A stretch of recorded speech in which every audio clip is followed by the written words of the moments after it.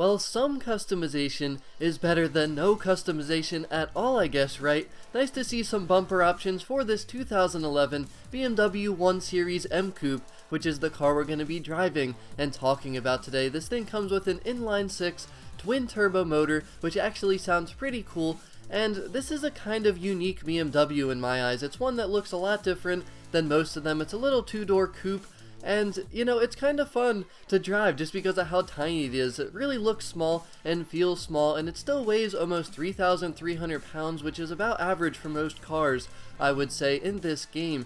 But it's just a very different car, just the way it looks, the way it drives, and it's kind of fun, but I feel like it's one of those cars that you're either going to love it or you're going to hate it. It is rear-wheel drive, and it is a BMW, and I know people have mixed feelings about BMWs, and also a lot of people like to just all-wheel drive swap pretty much every one of their cars in Forza Horizon 3, so your opinion might differ from mine on this car, but I do like the interior of this thing. It does look nice, and I bet you there's a little bit of extra weight just because of the interior features of this BMW. A lot of the BMWs are very heavy, and obviously most of it has to do with the motor and just the exterior body parts, but they certainly add even more weight with the way they set up their interiors because they are more of luxurious cars than they are performance cars for the most part, in my personal opinion.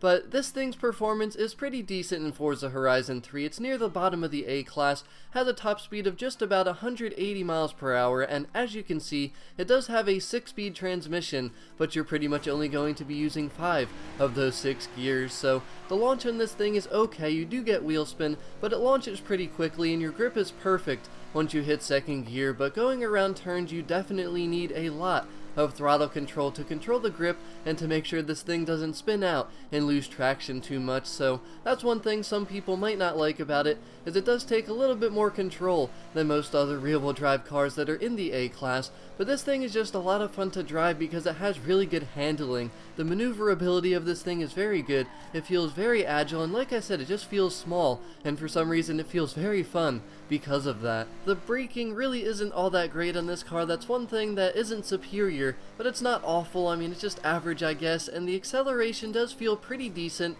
pretty much through all the gears, and the gearing ratios also feel good.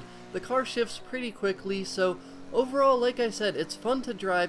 It's not a top tier car, and I don't think it's a car that I'm going to use too often or build it or tune it or, you know, just use too much. But it's just a fun little car to have, maybe go cruise around with it once in a while, race it once in a while, and that's probably all I would really do with it. It's a very cheap car, so pretty much anyone can own this thing in Forza Horizon 3, and it's a unique little BMW for me. It's something different to drive, but it's not one of those cars where it's like, man, I want to drive this thing every day. It's that awesome, it sounds that great, it performs that well, but it is a cool little car, and it's something I definitely recommend at least trying and seeing what you think about it. But that's pretty much all I have to say about this thing. Be sure to let me know what you think of this little BMW M Coupe, but enjoy the rest of this gameplay and have a wonderful day.